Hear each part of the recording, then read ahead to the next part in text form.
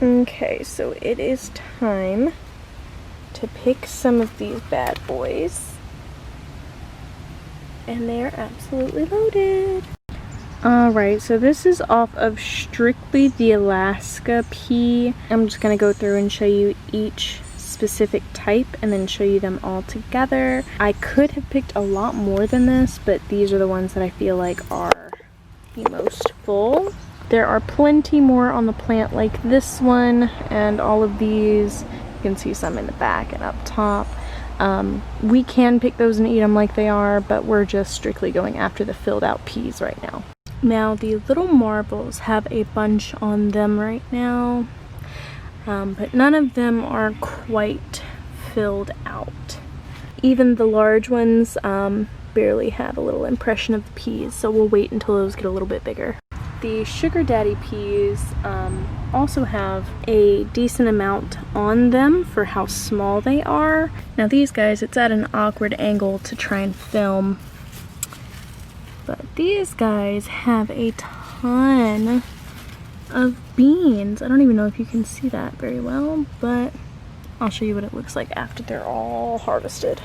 Okay, so this is off of a very small handful of Blue Lake 247 beans. Right here.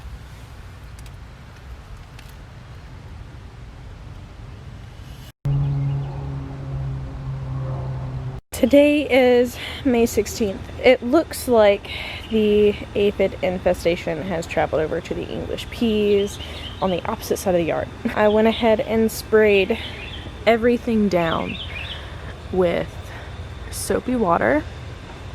You can see it has a couple peas on it. These are the first ones that we're seeing. We're gonna see how this works. Okay, so if you can see those little dots, there's one on the stem and several on the leaves. Those are aphids. The little clip that you just saw was from across the yard. These were the ones that I saw them on originally, so I'm gonna have to spray these with the soapy water as well. Alright, so I have sprayed all of the peas and their foliage and done it a little bit heavy where I saw a lot of aphid activity at. And what I'm just going to go do now is all the way down this fence line harvest all of the peas and beans so that the aphids can't ruin those. Okay, so this is kind of more than I expected to be on here. All of the Alaskan peas that I picked are bulging at the seams, which means that the peas inside are ready. Now this bean here, I'm not sure what happened, but it looks like something just took a chunk out of it. If you look, I just pulled it off the plant and you can see where the pea tried to heal itself right about here. Now whatever I said about the little marbles, I take part of it back. So we're gonna go ahead and take off all of these that are ready to be used as just strictly peas, and then we'll head down there to the sugar daddies. Okay, so I may not take back everything that I said about the little marbles because there were about twice as many plants as the Alaskan. That's all that I got compared to what I got from the Alaskan. So, okay, so this is what's off of the sugar daddy sweet peas. They've probably given me about the same weightage of what the little marvels did. They're smaller, they don't have as many peas in the pod, which is why I believe this one down here is a little marvel. But I also found something really interesting on them, and I'm not sure if it's because of the aphids or not. So as you can see, it's split all the way open. Alright, so this is what we're looking at. This side was the one that was cracked open. These two look perfectly fine. I might take some extra care to wash these a little bit more thorough, but it doesn't seem like there's anything wrong with it, so yay for me. Alright, these few are from this small corner right here. These are the Blue Lake 247. Now comes the next fun part for the beans.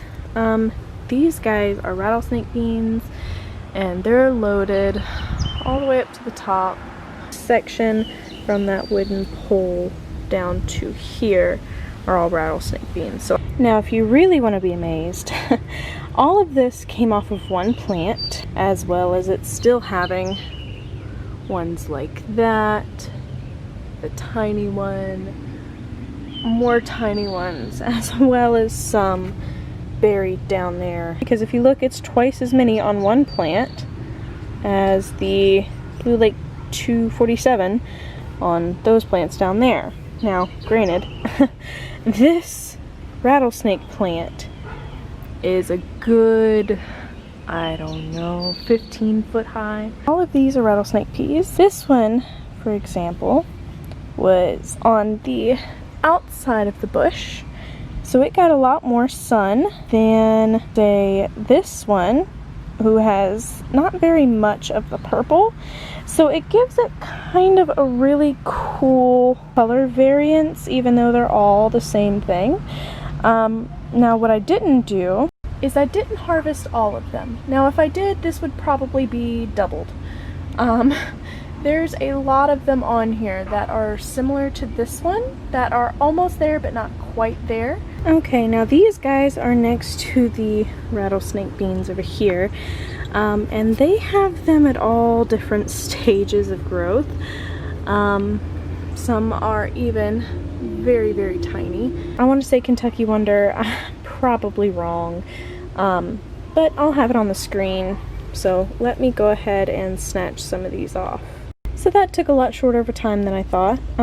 These guys right here, I only got 5, but I have noticed that they're kind of like flat.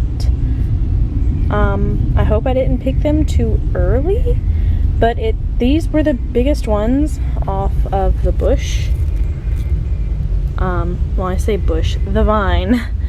But they're pretty healthy. Hopefully these guys catch up. And sadly, I can't harvest anything from back here. These are the cow peas.